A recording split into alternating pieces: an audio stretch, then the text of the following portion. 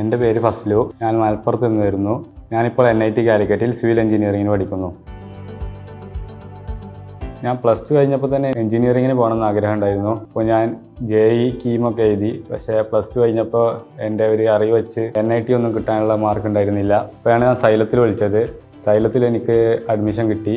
അവർ പറഞ്ഞ് 2 ദിവസം കഴിഞ്ഞാൽ ക്ലാസ് തുടങ്ങുമെന്ന് പറഞ്ഞ് അങ്ങനെ സൈലത്തിൽ വന്നു. അപ്പോൾ ഈ ജനുവരിയിൽ JEEയുടെ സെഷൻ 1 തുടങ്ങുകയാണ്.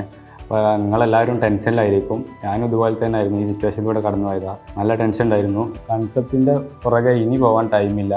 അതുകൊണ്ട് കൂടുതൽ ക്വസ്റ്റ്യൻസ് ചെയ്യുക. മാത്സ് ആയാലും ഫിസിക്സ് ആയാലും കെമിസ്ട്രി ആയാലും. എനിക്കൊരു പ്രശ്നം പറ്റിയതെന്ന് വെച്ചാൽ എൻ്റെ ഫേവറേറ്റ് സബ്ജക്റ്റ് മാത്സ് ആയിരുന്നു. അതുകൊണ്ട് എനിക്ക് ഏറ്റവും പഠിക്കാൻ ഇഷ്ടം മാത്സ് ആയിരുന്നു. സോ ഞാൻ മാത്സ് കൂടുതലായിട്ട് ഫോക്കസ് ചെയ്തു. അതുകൊണ്ട് എനിക്ക് കെമിസ്ട്രി കൂടുതലായിട്ട് ചെയ്യാൻ പറ്റിയില്ല. അങ്ങനെ ആർക്കും വരരുത്. കെമിസ്ട്രി ഫിസിക്സ് ഈ 2 സബ്ജക്റ്റ് കൂടുതലായിട്ട് സ്കോർ ചെയ്യുക. ഇതിൽ നിങ്ങൾ കൂടുതൽ സ്കോർ ചെയ്താലാണ് നിങ്ങളെ പെർസെൻറ്റേജിൽ നല്ലപോലെ കൂടുകയുള്ളൂ. നമ്മൾ പഠിക്കാനിരിക്കുമ്പോൾ കൂടുതൽ ഡിസ്ട്രാക്ഷൻസ് ഉണ്ടാവും. ഫോണ് അങ്ങനെ കുറേ ഡിസ്ട്രാക്ഷൻസ് ഉണ്ടാവും. പക്ഷെ നിങ്ങൾ ഈ ഒരു 2 മാസം നിങ്ങൾ നല്ലപോലെ ഫോക്കസ് ചെയ്ത് പഠിക്കുക. മോക്ക് ടെസ്റ്റിലും പ്രീവിയസ് ഇയർ ക്വസ്റ്റ്യൻസിലും കൂടുതലായിട്ട് കോൺസെൻട്രേറ്റ് ചെയ്യാൻ ശ്രമിക്കുക.